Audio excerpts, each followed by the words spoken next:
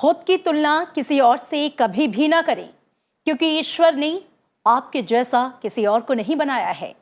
इसका मतलब यह है कि आप अपने आप में सर्वश्रेष्ठ हैं।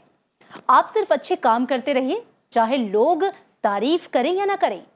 आधी से ज्यादा दुनिया सोती रहती है पराक्रम, जब सूर्य हर रोज तय समय पर निकलता है। बिल्कुल सही कहा अमृता। दरअसल जीवन की दुश्वारियां हमें कभी बर्बाद करने नहीं आती हैं, बल्कि ये हमारी छिपी हुई क्षमता, सामर्थ्य और शक्तियों को बाहर निकालने में हमारी मदद करती हैं। यानी कठिनाइयों को ये जान लेने दो कि आप उससे भी ज्यादा कठिन हैं। हेलो इंडिया, मैं हूं आपके साथ पराक्रम सिंह शेखावत। हेलो इंडिया, मैं हूं आपके साथ अमृता चौरसिया।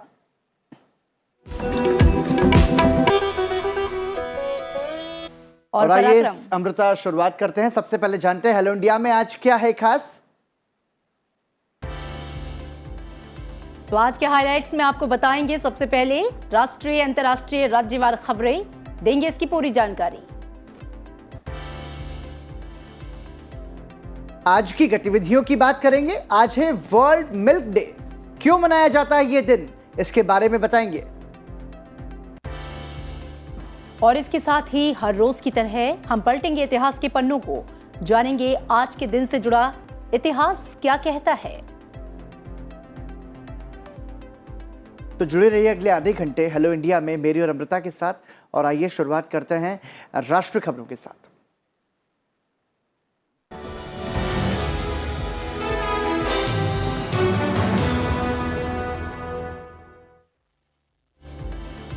उपराष्ट्रपति एम वेंकैया नायडू गबोन की यात्रा के बाद आज सेनेगल रवाना होंगे। यात्रा के दौरान वो सेनेगल के राष्ट्रपति मैकी साल के साथ प्रतिनिधिमंडल स्तर की वार्ता करेंगे। उपराष्ट्रपति नेशनल असेंबली के अध्यक्ष और अन्य गणमान्य व्यक्तियों से भी मिलेंगे। वो एक व्यापार सम्मेलन में भी भाग लेंगे और भारतीय समुदाय को संबोधित करेंगे। गबोन में उपराष्ट्रपति एम वेंकैया नायडू ने मंगलवार 31 मई को भारतीय प्रवासियों को संबोधित किया। उन्होंने कहा कि सुधार समय की मांग है, हमारा उद्देश्य लोगों को खुश करना है। साथ ही ये भी कहा कि ये जानकर खुशी हुई है कि संख्या में केवल 1500 होने के बावजूद आपने विभिन्न क्षेत्रों में महत्वपूर्ण योगदान दिया है। उपराष्ट्रपति नायडू ने इस बात की सराहना की कि प्रमुख भारतीय त्योहार पूरे समुदाय द्वारा एक साथ मनाए जाते हैं। उन्होंने स्थानीय कानूनों और रीति रिवाजों का सम्मान करने के साथ साथ लोगों को पहुंचाने और उसकी देखभाल के साथ पुराने भारतीय मूल्यों और प्रकृति के सम्मान की भी बात कही है।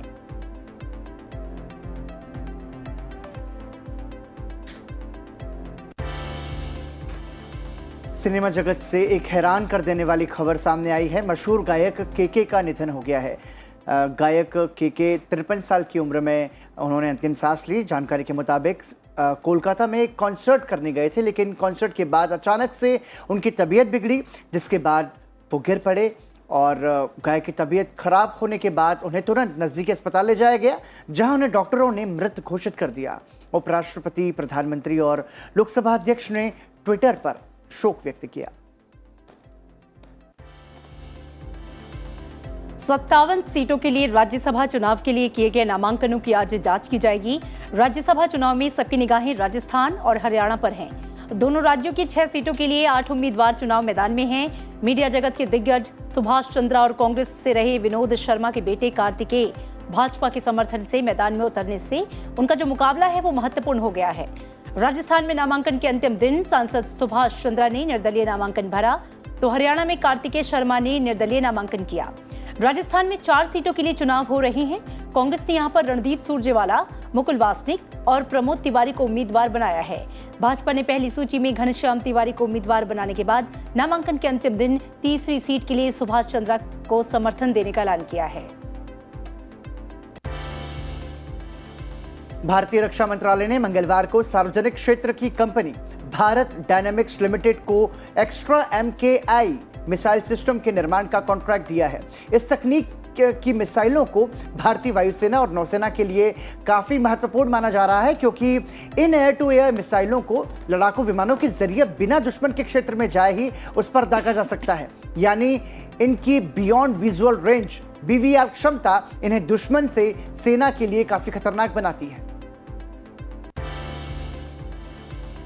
मंकी पॉक्स के खतरे को देखते हुए स्वास्थ्य मंत्रालय ने गाइडलाइंस जारी की हैं। गाइडलाइंस के तहत मंकीपॉक्स से संक्रमित मरीजों की निगरानी 21 दिन तक की जाएगी। मंकीपॉक्स से पश्चिम और मध्य अफ्रीका सबसे ज्यादा प्रभावित है। आज से चीनी निर्यात को विनियमित किया जाएगा। केंद्र सरकार ने देश में चीनी की घरेलू उपलब्धता और मूल्य स्थिरता बनाए रखने की दृष्टि से ये कदम उठाया है। सरकार ने 100 लाख मीट्रिक टन तक चीनी निर्यात की अनुमति दी है।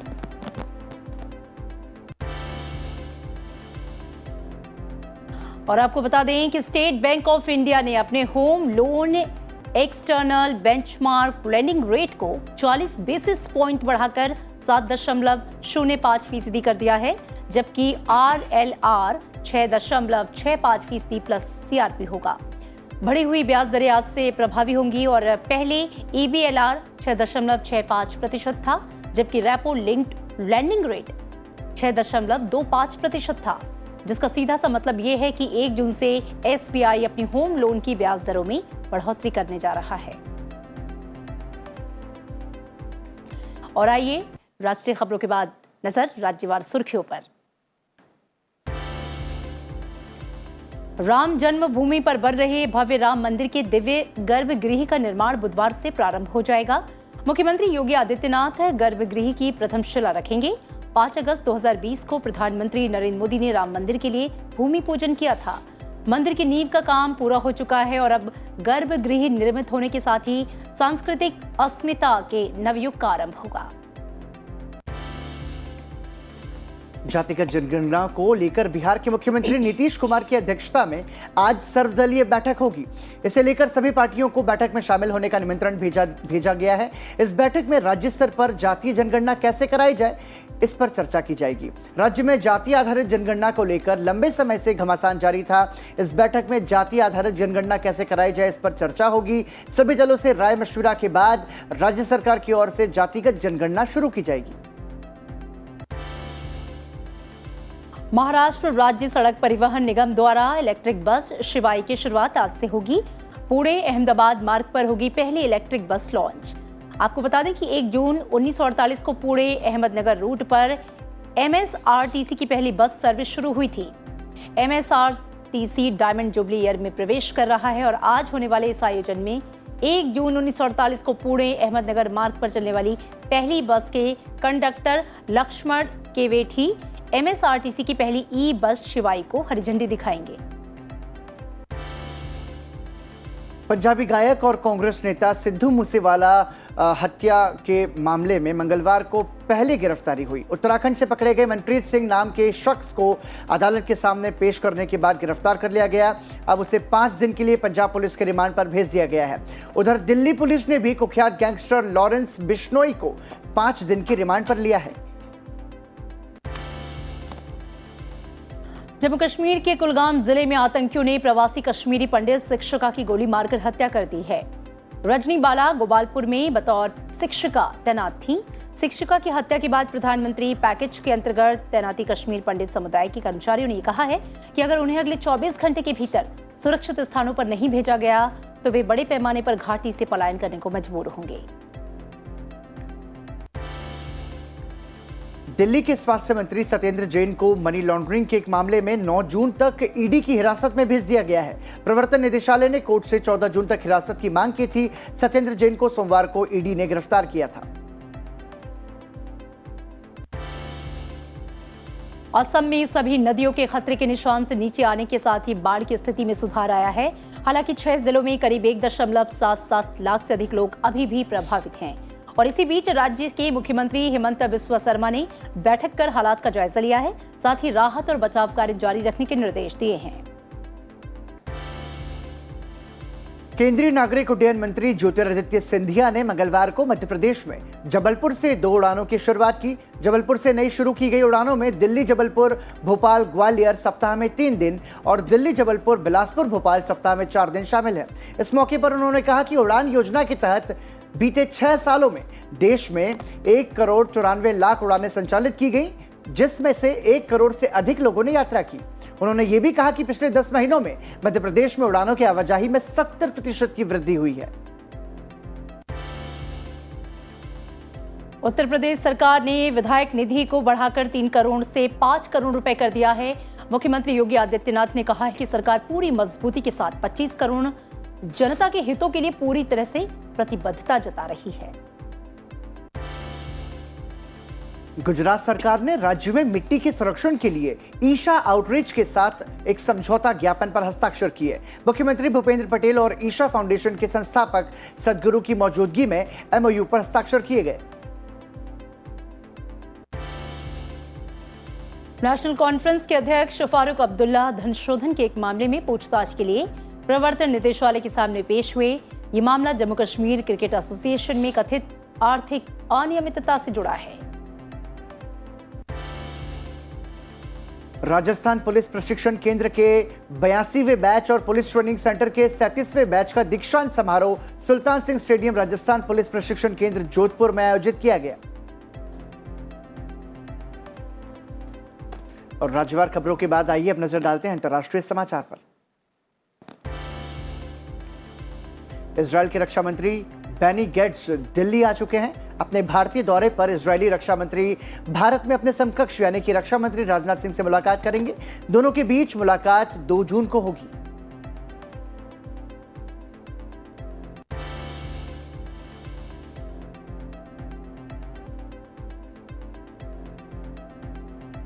संयुक्त राज्य अमेरिका ने कहा कि अगर उत्तर कोरिया फिर एक नया परमाणु परीक्षण विस्फोट करता है तो वो उन पर अतिरिक्त प्रतिबंधों पर जोर देगा। अमेरिका, दक्षिण कोरिया और जापानी अधिकारियों ने कहा है कि उत्तर कोरिया जल्द ही करीब 5 वर्षों में अपना पहला परमाणु परीक्षण कर सकता है। दक्षिणी राज्य ओक्साका के गवर्नर ने यह कहा है कि तूफान अगाथा के कारण बाढ़ और भूस्खलन हुआ। हादसे में कम से कम 10 लोगों की मौत हो गई जबकि 20 लापता हैं। तूफान अगाथा ने पूर्वी प्रशांत तूफान के मौसम के दौरान मई में तट पर आने के लिए दर्ज किए गए सबसे मजबूत तूफान के रूप में इतिहास बनाया। रूस के विदेश मंत्री सर्गी लावरोव सऊदी अरब के दौरे पर हैं। इस दौरान वो खाड़ी सहयोग परिषद यानी कि जीसीसी राज्यों के विदेश मंत्रियों से मुलाकात करेंगे।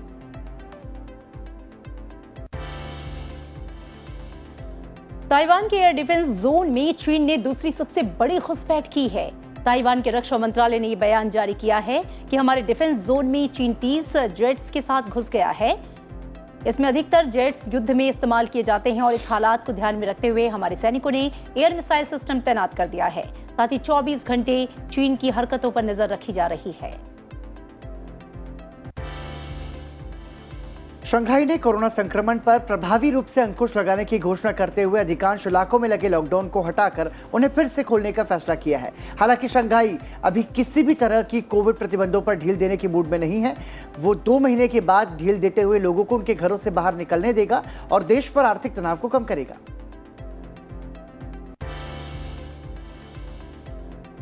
श्रीलंका के बाद पाकिस्तान खस्ता हाल अर्थव्यवस्था से जूझ रहा है। पाकिस्तान में महंगाई पिछले कई सालों में आम जनता का जीना दूभर कर रही है। पाकिस्तान चीन के कर्ज में दबा हुआ है और अब उसे दूसरे देश कर्ज देने को तैयार नहीं। आईएमएफ बेल आउट के लिए अप्लाई करना भी उसकी वर्तमान अर्थव्यवस्था के लिए मुफीद साबित नहीं होने वाला है। ऐसे में हर तरफ से पाकिस्तान चुनौतियों से घिरा है। उसका सबसे बड़ा डर इस समय यह है कि श्रीलंका की तरह कहीं उसे भी डिफॉल्टर घोषित न कर दिया जाए। भारत और पाकिस्तान के बीच स्थायी सिंधु आयोग की बैठक अपनी 2 दिवसीय बैठक में भारत पाकिस्तान सिंधु आयोग ने निर्धारित ढांचे के तहत बातचीत के माध्यम से पानी के बंटवारे से संबंधित मुद्दों को हल करने का संकल्प लिया। विदेश मंत्रालय ने कहा कि 31 मार्च को समाप्त होने वाले वर्ष के लिए भारत पाकिस्तान स्थायी सिंधु आयोग की वार्षिक रिपोर्ट को अंतिम रूप दिया गया और बैठक में हस्ताक्षर किए गए।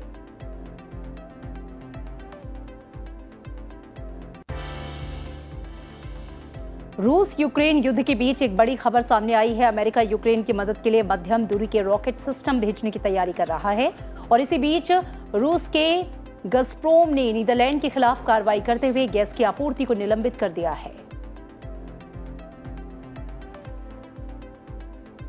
फ्रेंच ओपन 2022 के क्वार्टर फाइनल मुकाबले में राफेल नडाल ने गत चैंपियन और दुनिया के नंबर 1 टेनिस खिलाड़ी नोवाक जोकोविच को 6-2, 4-6, 6-2, 7-6, 7-4 से शिकस्त देकर मैच अपने नाम किया। इस जीत के साथ राफेल नडाल ने फ्रेंच ओपन के मेन सिंगल्स के सेमीफाइनल में प्रवेश कर लिया है।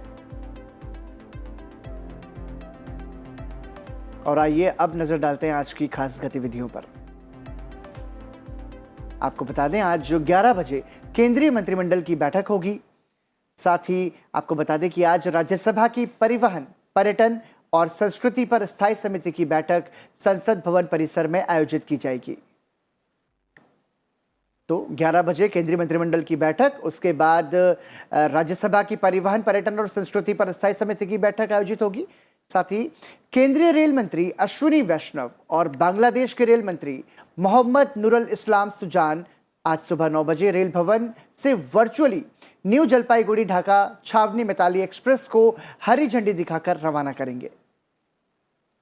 इसके साथ आपको बता दें, आजादी का अमृत महोत्सव के हिस्से के रूप में नई दिल्ली के पूसा में 75 उद्यमियों के सम्मेलन और 75 स्वदेशी पशुधन नस्लों की प्रदर्शनी का आयोजन किया जा रहा है। NASC कॉम्प्लेक्स के कन्वेंशन सेंटर में केंद्रीय मंत्री पुरुषोत्तम रूपाला सुबह करीब 9:30 बजे इसका उद्घाटन करेंगे। और पराक्रम, अब हम उस खबर का रुख करेंगे जो थोड़ी सी गमगीन है, दुख देने वाली है। चूंकि भारतीय संगीत जगत का एक बेहद ही चमकता सितारा, बॉलीवुड के मशहूर गायक के का निधन हो गया है। बिल्कुल अमृता, इस खबर ने कल देर रात को जब ये खबर सामने आई तो उसने पूरे हम ये कह सकते हैं सिनेमा जगत को हिलाकर रख दिया, निराश कर दिया। और दरअसल वो कॉन्सर्ट में थे और कॉन्सर्ट में होते हुए उनको अटैक आया। और आपको बता दें कि के का पूरा नाम कृष्ण कुमार कुन्नत था। के ने हिंदी के साथ ही कई दूसरी भाषाओं में भी गीत गाए थे। के ने तमिल, तेलुगु, कन्नड़, मलयालम, मराठी, बांग्ला, असमी और गुजराती भाषा में फिल्मी गीतों को अपनी आवाज़ से सजाया था। बिल्कुल, चूंकि वक्त एक ब्रेक का हो चला है पराक्रम, और हम जब ब्रेक पे जा रहे हैं तो हम चाहेंगे कि हमारे दर्शक के की स्वर लहरियों के साथ उनकी यादों को एक बार फिर से ताज़ा करें। ब्रेक के बाद जब हम लौटेंगे तो आपको आज के दिन से जुड़ा इतिहास बताएंगे। बिल्कुल, के भले ही आज हमारे साथ नहीं है, लेकिन उनके सुरीले नगमों से, उनकी आवाज़ के जरिए वो हमेशा हम सभी के दिलों में रहेंगे। देखिए उनसे जुड़ी हुई ये गाने। झुकता हूँ तुम पे ही आके रुकता हूँ, क्या ये सबको पता है, हमको क्या लेना है सबसे, तुमसे ही सब बातें अब से बन गए हो तुम मेरी दुआ। सजदे में यूं ही झुकता हूँ तुम पे ही आके रुकता हूँ, क्या ये सबको होता है, हमको क्या लेना है सबसे, तुमसे ही सब बातें अब से बन गए हो तुम मेरी दुआ।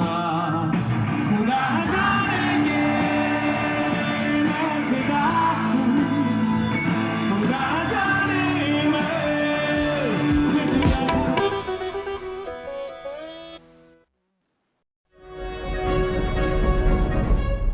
What is the present situation or the status of Jammu Kashmir before abrogation of Article 370 and after abrogation of Article 370? After the abrogation of Article 370, you see justice reaching, democracy reaching, economic development reaching, rights for everybody reaching.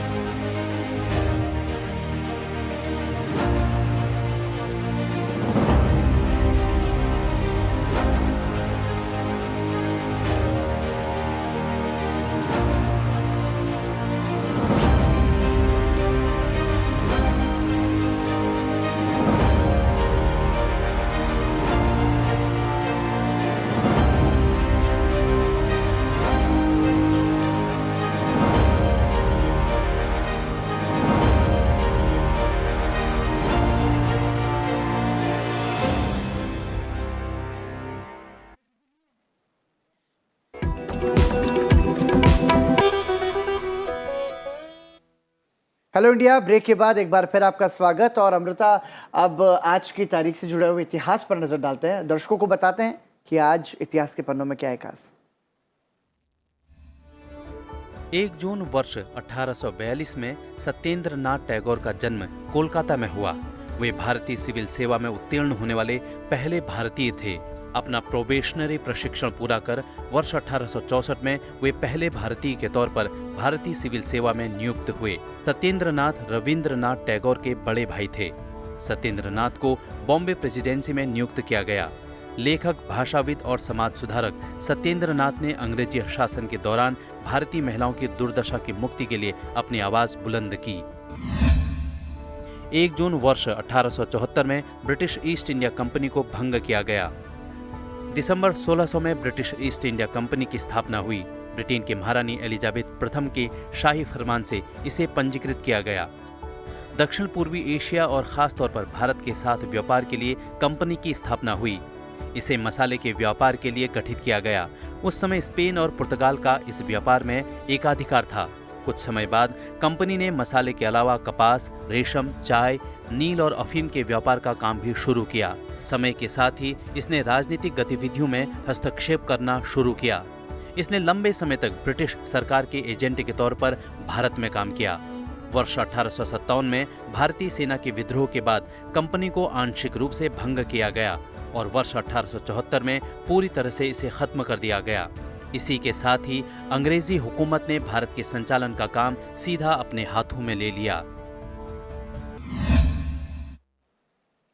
और इतिहास के पन्नों को पलटने के बाद अपने दर्शकों को हम बताएं कि आज देश के छठे राष्ट्रपति नीलम संजीव रेड्डी की पुण्यतिथि है। 1977 में उन्हें सर्वसम्मति से लोकसभा के अध्यक्ष बनाया गया। करीब 3 महीने के बाद ही उन्हें भारत के राष्ट्रपति के तौर पर निर्विरोध चुना गया। 25 जुलाई 1977 को नीलम संजीव रेड्डी भारत के छठे राष्ट्रपति बने। संजीव रेड्डी भारत के एकमात्र ऐसे राष्ट्रपति थे जो कि निर्विरोध निर्वाचित हुए। राष्ट्रपति के रूप में उन्होंने 3 सरकारों के साथ काम किया। लोकसभा अध्यक्ष ओम बिरला ने स्वतंत्रता सेनानी और भूतपूर्व राष्ट्रपति नीलम संजीव रेड्डी की पुण्यतिथि पर ट्वीट के जरिए भावपूर्ण श्रद्धांजलि दी। उन्होंने कहा कि एक उत्कृष्ट प्रशासक होने के साथ भूतपूर्व राष्ट्रपति नीलम संजीव रेड्डी दूरदर्शी राजनेता भी थे। किसान और आमजन के उत्थान और मानव कल्याण को समर्पित उनका जीवन सभी को प्रेरणा देता है। और आज एक खास दिन है पराक्रम। ये खास दिन उस पर है जो मुझे बहुत पसंद है और मैं अगर वो ना लूं तो मेरा दिन और खासकर रात में तो नींद बिल्कुल नहीं आती है। मतलब मेरे लिए वो पूर्ण आहार है। अमृता, जितना मैं समझ पा रहा हूँ आपकी पसंद के बारे में, मुझे लगता है वो दूध ही है। और दरअसल हम अक्सर हम घरों में जो मदर्स होती है, जो माएँ होती है, उनको संघर्ष करते हुए देखते हैं बच्चों को दूध पिलाने को लेकर। लेकिन दूध जो है वो गुणों से भरा हुआ है। कैल्शियम उसमें बहुत ज्यादा होता है और वो हमारे शरीर के लिए बहुत ही फायदेमंद होता है। स्वास्थ्य के लिए दूध कितना महत्व रखता है, ये हमारी डाइट का कितना जरूरी हिस्सा है, इस बात को समझने, समझाने और दूध को डाइट में शामिल करने के, जागरूक करने के उद्देश्य से इस दिन को मनाया जाता है। दरअसल आज जो विश्व दुग्ध दिवस है, यानी कि वर्ल्ड मिल्क डे। जी हाँ, इसके साथ ही दूध को वैश्विक भोजन के रूप में मान्यता देना भी इस दिन का उद्देश्य है। पराक्रम, स्वास्थ्य के लिए दूध कितना महत्वपूर्ण है और दुनिया भर में दूध को वैश्विक भोजन के रूप में मान्यता देने के लिए ही 1 जून को विश्व दुग्ध दिवस मनाया जाता है। कितना फायदेमंद है ये हम सभी जानते हैं, लेकिन इस मिल्क डे का इतिहास क्या है और क्यों मनाया जाता है, इसको समझने के लिए दर्शकों को एक रिपोर्ट दिखाते हैं। इस रिपोर्ट को देखिए।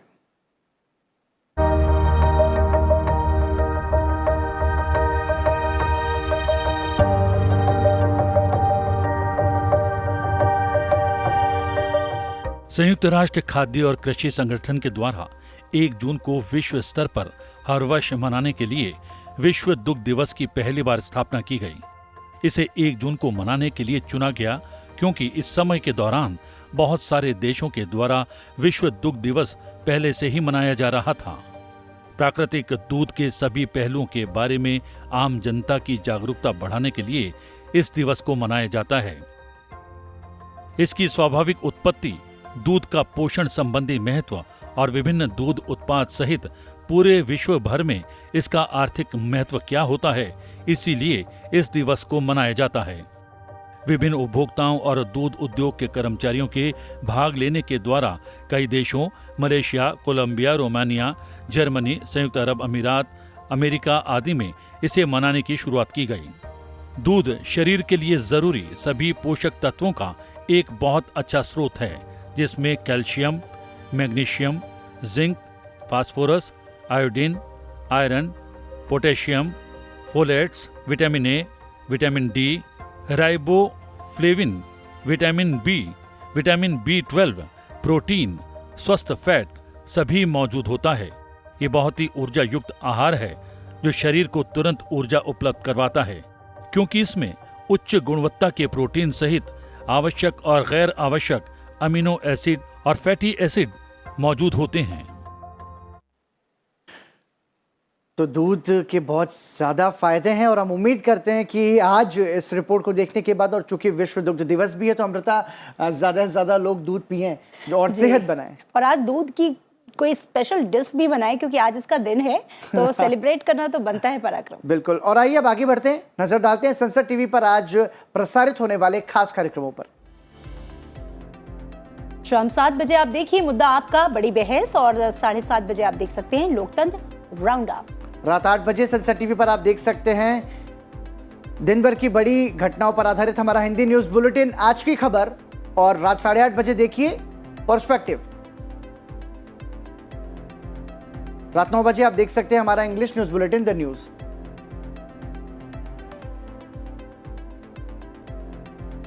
जी हाँ, बिल्कुल। तो ये थे आज प्रसारित होने वाले संसद टीवी के कार्यक्रम, जिसे आप देखना ना भूलें। और पराक्रम, अब आगे का क्या है, हम अपने दर्शकों से चूंकि विदा लेने से पहले उनको याद ज़रूर दिलाते हैं कि आप जो हेलो इंडिया है उसको संसद टीवी के जो सोशल मीडिया प्लेटफॉर्म है उस पर देखना ना भूलें। और साथ ही आप अपना पसंदीदा प्रोग्राम टीवी के अलावा यूट्यूब, फेसबुक पर भी देख सकते हैं। साथ ही संसद टीवी कू ट्विटर और इंस्टा पर भी उपलब्ध हैं। आप संसद टीवी की आईडी को फॉलो कर सकते हैं और उस पर अपने सुझाव भी दे सकते हैं। जी बिल्कुल। और इसी के साथ आज एक और बहुत महत्वपूर्ण दिन है पराक्रम। आज नरगिस दत्त की आपको बता दें बर्थ एनिवर्सरी है, और उनका जन्म 1 जून 1929 को कोलकाता में हुआ था। अपने समय में नरगिस सिनेमा जगत की सबसे खूबसूरत और प्रतिभाशाली अदाकारा थी और सबसे शीर्ष पर थी। और अमृता, मैं सच बताऊं, मुझे नरगिस जी को, मतलब मैं बचपन से उनको मैं पसंद करता था। जब भी मैंने उनकी फिल्में देखी हैं तो वो मुझे बड़ा आकर्षित करती थी। जी बिल्कुल। नरगिस पद्मश्री से सम्मानित थी और पहली वो ऐसी एक्ट्रेस थी जिन्हें ये सम्मान मिला था। उन्होंने अपनी फिल्मी करियर में करीब 39 फिल्मों में काम किया। नरगिस ने महज 6 साल की उम्र से अपनी फिल्मी करियर की शुरुआत की थी बतौर चाइल्ड आर्टिस्ट, और बाद में उन्होंने कभी पीछे मुड़कर नहीं देखा। एक खास बात और है कि शादी के बाद परिवार को लेकर इतनी समर्पित थी कि उन्होंने अपने करियर को छोड़ दिया, लेकिन जो फिल्में उन्होंने की वो दरअसल मील का पत्थर बन गई। और अमृता, मुझे याद है उन्हें सफेद रंग की साड़ियां पहनना काफी पसंद था। उन्हें लेडी इन वाइट के तौर पर भी पुकारा जाता था। और सिनेमा जगत में उस समय नरगिस ने मदर इंडिया में अपनी अदाकारी के दम पर यह साबित किया कि बिना हीरो के फिल्म भी ब्लॉकबस्टर हो सकती है, क्योंकि एक तरीके से मेल डोमिनेटिंग जो कल्चर रहा था, ट्रेंड था जो सिनेमा का, उसको तोड़ा नरगिस ने। बिल्कुल। और इस मौके पर चूंकि जाने का वक्त आ चुका है, चलते चलते आप नरगिस की बेहतरीन फिल्म के बेहतरीन गानों का लुत्फ उठाइए और मुझे और पराक्रम को इजाजत दीजिए। नमस्कार। नमस्कार। तड़पते हैं अरमा, अब रात गुजरने वाली है। उड़ता जाए मुरा लाल दुपट्टा मलमल का, मुरा लाल दुपट्टा मलमल का, हो जी हो जी। प्यार हुआ इकरार हुआ है, प्यार से फिर क्यों डरता है दिल। कहता है दिल रास्ता मुश्किल, मालूम नहीं है कहाँ मंजिल। बिछड़े हुए परदेसी एक बार